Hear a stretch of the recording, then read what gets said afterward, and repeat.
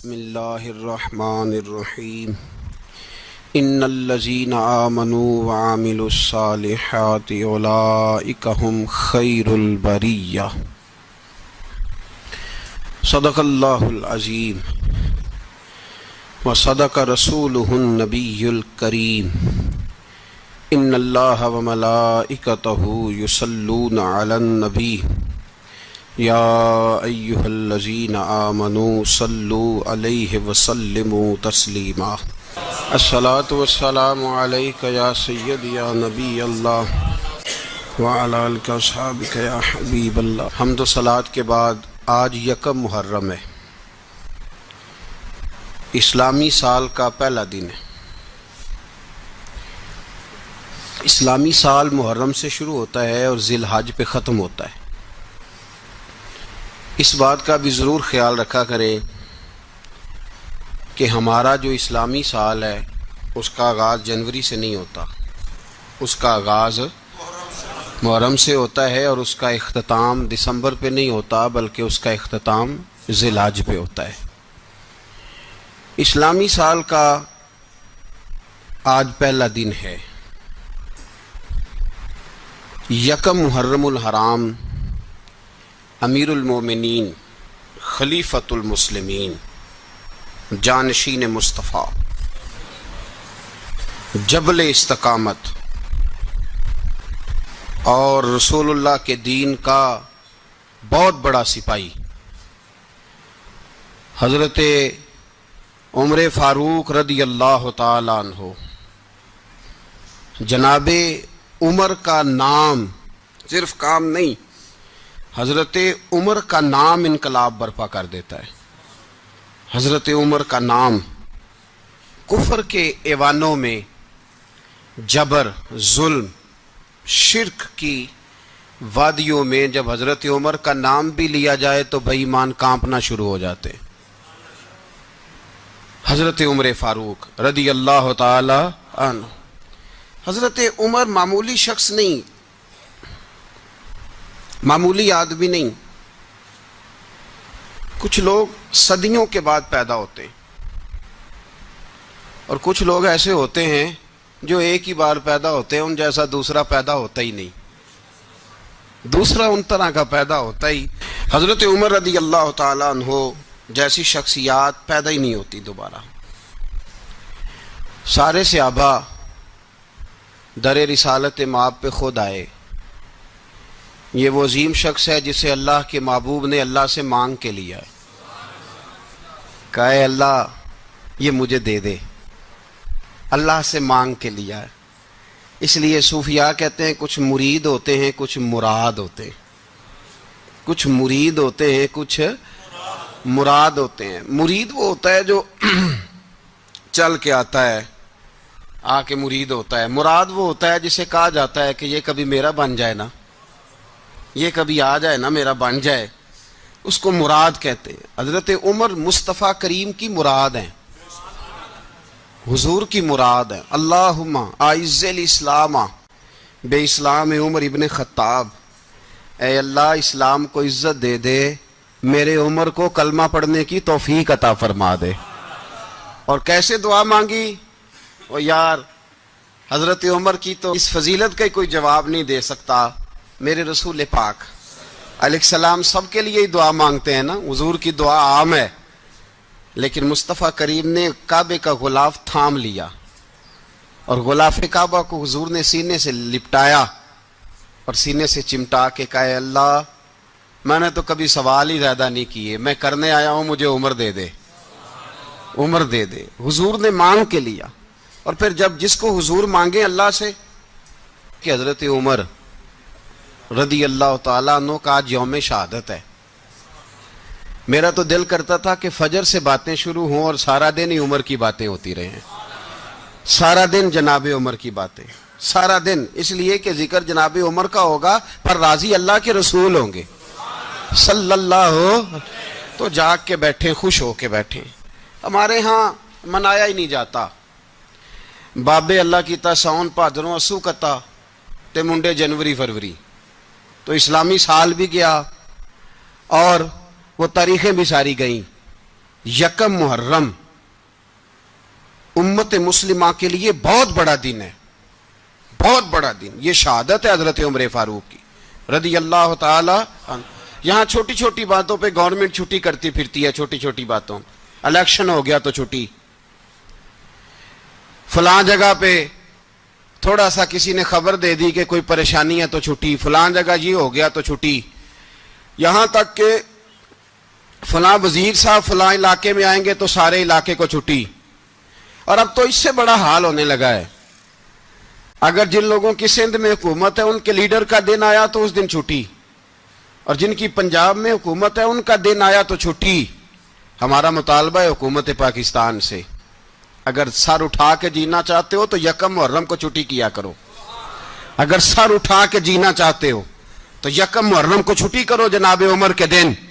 اور ملت کے جوانوں کو بتاؤ کہ اگر عزت کی زندگی جینا چاہتے ہو تو اس طرح جیو جس طرح فاروق اعظم جی کے گئے ہیں. عزت اور وقار کی زندگی. جمہوریت حضرت عمر سے سیکھنی پڑے گی، حکومت کرنے کے طریقے حضرت عمر سے. رعایا کو سیکھنا پڑے گا کہ امیر کس طرح بنایا جاتا ہے اور امیر کس طرح کے ہوتے ہیں. یہاں لوگ ہمیں یورپ کی مثالیں دیتے ہیں، لوگ یہاں ہمیں آ کر کے امریکہ کی مثالیں، انہیں کیا پتا حکومت کیا ہوتی ہے. وہ کہتے ہیں جی وہ سائیکل پہ جاتا ہے ان کا حکمران. میں نے کہا وہ سائیکل پہ جاتا ہے؟ میرے عمر فاروق مدینے سے مکے گئے تھے تو پیدل ہی حج کرنے چلے گئے، پیدل ہی. اور جناب عمر فاروق رضی اللہ تعالیٰ عنہ عید کی نماز پڑھانے گئے. عید کی نماز عمر خطبہ عید دینے گئے. اور اس زمانے میں کون سا غریب ہے جو ننگے پاؤں جاتا ہو؟ کون سا غریب ہے جو مسجد ننگے پاؤں جاتا ہو؟ لوگوں نے تو 3 قسم کی چپلیں رکھی ہوئی ہیں. ایک مسجد جانے کی علیحدہ ہے، گھر پہننے کی علیحدہ ہے، شادی بیاہ پہ جانے کی چپل علیحدہ ہے. حضرت عمر فاروق رضی اللہ تعالیٰ عنہ نکلے عید کا خطبہ دینے کے لیے تو بیوی سے کہنے لگے جوتا. اس نے کہا صاحب اتنی دفعہ ٹوٹا ہے اب گانٹھا نہیں جا سکتا، اتنی دفعہ ٹوٹا ہے کہ اب دوبارہ پیمند نہیں لگ سکتے.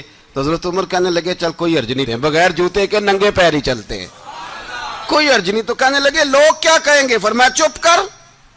لوگ جس دن عمر نے یہ دیکھ لیا نا لوگ اس کے بارے میں کیا کہتے ہیں، اس دن عمر نہیں رہے گا.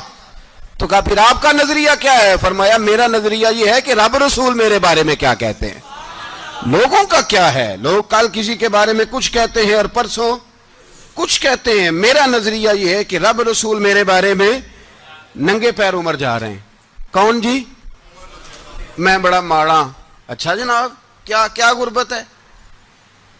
10 قسم کے جوڑے لٹکے ہوئے ہیں کمرے میں اور پہننے کی فرصت نہیں. سویرے کیا پہننا ہے، شام کیا پہننا ہے، 15 سوٹ کٹھے استری ہو کے لانڈری والا بھیج رہا ہے. اور تو غریب ہے، تو بہت بڑا غریب ہے. اس لیے کہ غربت پیسوں کی وجہ سے نہیں ہوتی، غربت تو دل کی ہوتی ہے. تو واقعی بڑا غریب ہے اور تو غریب ہی رہے گا. امیر تو عمر فاروق تھے جو ننگے پاؤں چلے گئے عید کی نماز پڑھانے. تو رستے میں جو ملا کہنے لگا عمر جوتا تو پہن لو. فرمایا تمہیں عمر کا جوتا نہ پہننے کا نقص تو نظر آیا ہے، کوئی حرج نہیں. اگر عمر کو کبھی بتانا ہوا تو وہ والا نقص بتانا جو عمر کی سیرت میں پیدا ہو، کردار میں پیدا ہو، وہ والا نقص بتانا. یہ چھوڑو جوتے آتے جاتے رہتے. ننگے پاؤں گئے، پاؤں دھوئے، نماز پڑھائی، لوٹ آئے. او بھائی یہاں تو ہمارا بناؤ سنگار اترنا، جتنی توجہ کپڑوں کی طرف ہے اتنی توجہ کبھی ہماری علم کی طرف ہوتی نا، جتنا ذوق شوق ہمارا بناؤ سنگار کی جانب ہے، اتنا بناؤ سنگار کبھی ہمارا اخلاقیات کی جانب ہوتا تو معاملات بڑی حد تک سنورے ہوئے ہوتے. حضرت سیدنا فاروق اعظم رضی اللہ تعالی اپنی زندگی کو ترتیب دیا. ایک دن بھی خلافت نہیں مانگی اللہ سے. حضرت عوف بن مالک اشجعی ایک صحابی ہیں. حضرت عوف بن مالک رضی اللہ تعالیٰ عنہ فرماتے ہیں کہ جناب ابو بکر صدیق کا زمانہ تھا تو میں نے خواب دیکھا. میں نے خواب میں جناب عمر کو دیکھا اور میں نے دیکھا کہ کوئی کہنے والا کہہ رہا ہے کہ عمر وہ ہے کہ اللہ کے رستے میں کوئی اسے جتنا مرضی برا بھلا کہے یہ پرواہ نہیں کرتا. کس کے رستے میں؟ بولے سارے. اس کا مطلب ہے اللہ کے رستے میں لوگ برا بھلا بھی. قرآن مجید نے کہا وَلَا يَخَافُونَ لَوْمَةَ لَائِمٍ. کچھ لوگ ایسے ہیں جو برا بھلا کہنے والوں کی پرواہ تو پرواہ نہیں کرتے. آپ یقین کریں اگر پرواہ شروع ہو جائے نا تو دین کا کام ختم ہو جائے. نہ کوئی تقریر کرے، نہ کوئی تدریس کرے، نہ کوئی پیری مریدی کرے، ختم ہو جائے اگر باتوں کی پرواہ ہو. لیکن وہ پرواہ، حضرت عوف بن مالک اشجعی کہتے ہیں میں نے خواب میں دیکھا کہ عمر وہ ہے جو کسی کی پرواہ، اور دوسری بات میں نے یہ دیکھی کہ عمر خلیفہ بنے گا، اور تیسری بات میں نے خواب میں یہ دیکھی کہ عمر شہید بھی کیا جائے گا، عمر شہید بھی ہوگا. یہ میں نے 3 باتیں خواب میں دیکھی. فرماتے ہیں میں نے آ کے خواب حضرت ابو بکر صدیق کو سنائی، وہ خلیفہ تھے. وہ کہنے لگے ٹھہر جا، میں عمر کو بلاتا ہوں، اس کے سامنے دوبارہ سنانا. اس کے سامنے، فرماتے ہیں میں نے بلایا حضرت عمر فاروق کو، آ کے بیٹھے، خواب شروع ہوا. کا ایک بات تو میں نے یہ دیکھی کہ آپ ملامت کرنے والے کی پرواہ نہیں کرتے، دوسرا آپ خلیفہ بنے گے. جناب عمر کہنے لگے چپ کر، ابو بکر کے سامنے ہی کہہ رہا ہے، چپ کر، خلیفہ کے سامنے ہی کہہ رہا ہے. تو حضرت ابو بکر صدیق کہنے لگے عمر اسے کہنے دو، مجھے لگتا ہے رب کی رضا یہی ہے کہ میرے بعد اگر مصطفیٰ کا منبر ملے تو عمر کو ہی ملے، اسے کہنے دو، کہنے دو. یار یہاں تو لوگ ڈینگے مارتے ہیں، یہاں تو لوگ دعوے کرتے ہیں میرے سامنے فلانے کو بھی بٹھاؤ، فلانے کو بھی بٹھاؤ، اس کو کیا پتا، اس کو کیا پتا. یہ تو بڑکے مارنے کا دور ہے. حضرت عمر رضی اللہ تعالیٰ عنہ کو تیسری بات کہی. حضرت عوف بن مالک نے کہا اب شہید کیے جائیں گے، میں نے خواب دیکھی ہے. نیک لوگوں کے خواب بڑی حد تک سچے ہوتے ہیں. کہا میں نے خواب دیکھی ہے. تو حضرت عمر کہنے لگے شہید تو دلیر لوگ ہوتے ہیں، شہید تو دلیر، جسے سارا زمانہ دلیر کہہ رہا ہے وہ اپنے بارے میں کیا کہہ رہے ہیں؟ کہتے ہیں شہید تو دلیر، میں تو کاہل سا آدمی ہوں، سست آدمی ہوں، میں تو اتنا کام ہی نہیں کرتا. تو یہ خواب تو نے جو دیکھا ہے نا پھر سے دیکھنا. تو ابو بکر صدیق فرمانے لگے عاجزی نہ کر، انکساری نہ کر، تو جو کہہ رہا ہے ٹھیک کہہ رہا ہے، لیکن مجھے سن کے شکر بھی ہوا ہے اور افسوس بھی ہوا ہے. افسوس اس بات کا کہ تیرے جیسا بطل عظیم چلا جائے گا، اور شکر اس بات کا کہ رب تجھے زندگی بھی اعزاز والی دے گا، اور شہادت کی موت دے کے اللہ تجھے موت بھی عزت والی عطا فرمائے گا. اللہ موت بھی تجھے عزت والی دے گا، تجھے کاہلوں جیسی موت اللہ. حضرت فاروق اعظم رضی اللہ، او بھائی یہاں تو اس زمانے کا سب سے بڑا مسئلہ پروٹوکول ہے. لوگوں کو پتا ہوتا ہے کامل پیر ہے، کامل مرشد ہے، لوگ نہیں جاتے. میں کسی کا مرید ہو جاؤں، میرا پروٹوکول کدھر گیا؟ پتا ہوتا ہے یہ کامل استاد ہے، میں اس کے پاس بیٹھوں گا تو میری تربیت کرے گا، لیکن لوگ شاگرد نہیں بنتے. میں کدھر گئی؟ یہ جو پروٹوکول کی مصیبت ہے نا، اس نے بڑے بڑے لوگ زیرو کر دیے، بڑے بڑے لوگ. اور یہ مت سمجھے کہ آپ کا وزیر اعظم پروٹوکول لیتا ہے یا آپ کا صدر پروٹوکول، وزراء، ایسی کوئی بات نہیں. ہم چھوٹے طبقے سے لے کر بڑے سارے پروٹوکول کے قائل ہیں. ہمارا تو داماد بھی کہتا ہے کہ مجھے پوچھا نہیں میں تمہارے گھر کیوں آؤں. ہمارا تو بھائی ہر شخص اعلان کرتا ہے پروٹوکول کا، فلانے نے عزت نہیں دی تو واپس آ جاؤ، فلانے نے سلوٹ نہیں کیا تو واپس آ جاؤ. لوگ جہاں سلوٹ کرنا چاہیے وہاں بھی سلوٹ کرانے کے قائل ہیں. پر حضرت عمر رضی اللہ تعالی، حضرت عمر کی سادگی اور پھر جناب عمر کی عاجزی، جب انسان اپنے اوپر سوار کر لیتا ہے نا، سوار کر لیتا ہے، میں بدکار پرانا خادم، کسے در ملی نی ٹوئی، تے واصف یار نے نظر جو کیتی تے واصف ہی ہو. میں اکثر سوچتا ہوں حضور نے جہاں بھی کہا نا، فرمایا میرے بعد نبی ہوتے تو خطاب کے بیٹے عمر ہوتے. حضور نے فرمایا عمر جس رستے سے جاتا ہے شیطان وہ رستہ بدل جاتا ہے. نبی پاک صلی اللہ علیہ وسلم نے فرمایا میرا عمر وہ ہے کہ اس کی زبان پر حق جاری ہے. حضور علیہ الصلوۃ والسلام نے فرمایا 950 سال حضرت جبریل میرے عمر کی شان بیان کریں تو ان کی عظمت ختم نہیں ہوتی. 950 سال جبریل عظمت بیان کرے تو ختم نہیں ہوتی. یہ بات ہے حضرت عمر کی. اور فرمایا عمر ابو بکر کی نیکیوں میں سے ایک نیکی ہے. یہ شان ہے اب عمر فاروق رضی اللہ تعالیٰ عنہ کی. حضور نے فرمایا میرے بعد نبی ہوتے تو عمر ہوتے. جس گلی سے عمر آئے شیطان رستہ بدل جائے. میرے عمر فاروق کی شان 950 سال بیان ہو تو ختم نہ ہو. عمر کی زبان پر اللہ حق بیان کرتا ہے، جو عمر کہتا ہے وہی رب کر دیتا ہے۔ حضور ساری زندگی فضیلتیں بیان کرتے رہے، عمر جواب میں کیا کہتے ہیں؟ کوئی بتائے نا کہ یہ والی حدیثیں کبھی عمر نے بھی روایت کی ہوں کہ حضور نے میرے بارے میں یہ کہا ہے۔ یہ روایتیں وہ روایت نہیں کرتے، ان سے جب لوگ کہتے عمر تیری بڑی بات ہے تو عمر رو پڑتے، کہتے میں تو اونٹ چرانے والے باپ کا بیٹا ہوں، میں تو اونٹ چرانے والے باپ کا بیٹا، اونٹ چرا۔ اس سے آگے عمر گئے ہی نہیں ساری زندگی، اس سے آگے لفظ ہی نہیں ادا کی۔ اور میں تو بھائی اونٹ چرانے والا، میرا باپ تو اونٹ چرایا کرتا تھا، 10 اونٹ تھے، میری ڈیوٹی ہوتی تھی، سنبھالے نہیں جاتے تھے، ابا ڈنڈوں سے مارتا تھا۔ ساری زندگی عمر حج کرنے گئے، ایک خشک تنا کھجور کا عمر فاروق رضی اللہ تعالیٰ عنہ نے اس کو اپنے کلاوے میں لیا، رونے لگے۔ لوگوں نے کہا عمر کیا ہوا؟ فرمانے لگے یہاں میں اونٹ چرایا کرتا تھا، یہاں میں اونٹ چراتا تھا، 10 اونٹ سنبھالے نہیں جاتے تھے۔ دیکھو رسول اللہ کی شان، آج ساری امت چلانے کا طریقہ عطا فرما دیا ہے، ساری نظریے سے پیار۔ یار پیسہ کس کو برا لگتا ہے؟ آپ جس آدمی کی 50 کروڑ کی پراپرٹی ہے اس کو پوچھیں سب سے غریب، آپ کو وہی نظر آئے گا، وہ کہے گا میں ٹائٹ ہوں، حالات بڑے۔ میں کئی باری پوچھے انہوں نے، میں کہتا ترجمہ بھی 10 چھڑوں کی، ہمیں تو سمجھ نہیں آتی، اور ٹائٹ حالات کون سے ہوتے ہیں جی؟ جس آدمی کا کروڑوں میں کاروبار ہے نا، اس کو آپ چھیڑے وہ رونے لگ جائے گا، رونے۔ تو کئی میں نے ایسے دیکھے ہیں کرائے کا مکان ہے، ان سے پوچھے صاحب کیا حال ہے، تو کہتے ہیں جتنی اللہ نے شان والی زندگی ہمیں عطا کی ہے کسی کو نہیں دی ہوئی۔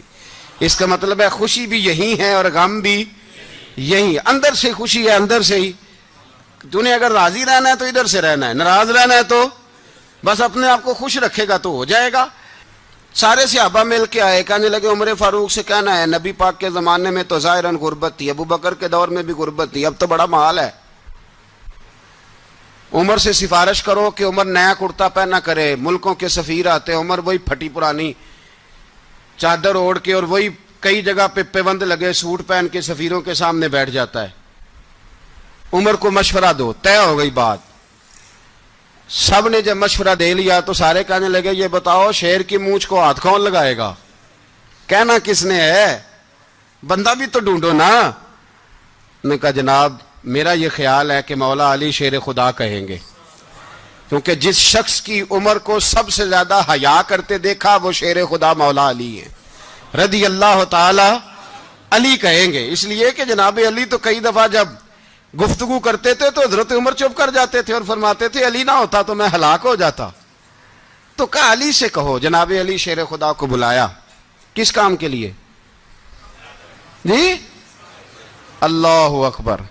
یہ ذرا اپنے اس دور پہ اس بات کو ذرا لاکا جناب ان سے کہیں کہ زیادہ نہیں، ایک کرتا نیا پہن لے، سفیر آتے ہیں وزیر آتے ہیں تو ایک کرتا نیا پہن لے۔ حضرت علی کو بلایا، آپ فرمانے لگے کوئی اور بات ہوتی تو میں کہہ دیتا، یہ والی میں نہیں کہہ سکتا، کوئی اور ہوتی تو میں عمر کو کئی دفعہ کہہ دیتا ہوں، جلال میں بھی تو سن، یہ والی میں نہیں کہہ سکتا، میں تمہیں ایک مشورہ دیتا ہوں۔ کہا وہ کیا؟ کہنے لگے سید عائشہ صدیقہ سے کہو، وہ مومنوں کی ماں ہیں، عمر ٹالے گا نہیں۔ اماں جی سے جا کے کہا اماں جی نیا کرتا عمر سے کہیں پہن لیں، وزیر آتے ہیں بڑے بڑے لوگ تو چلو کوئی حرج نہیں۔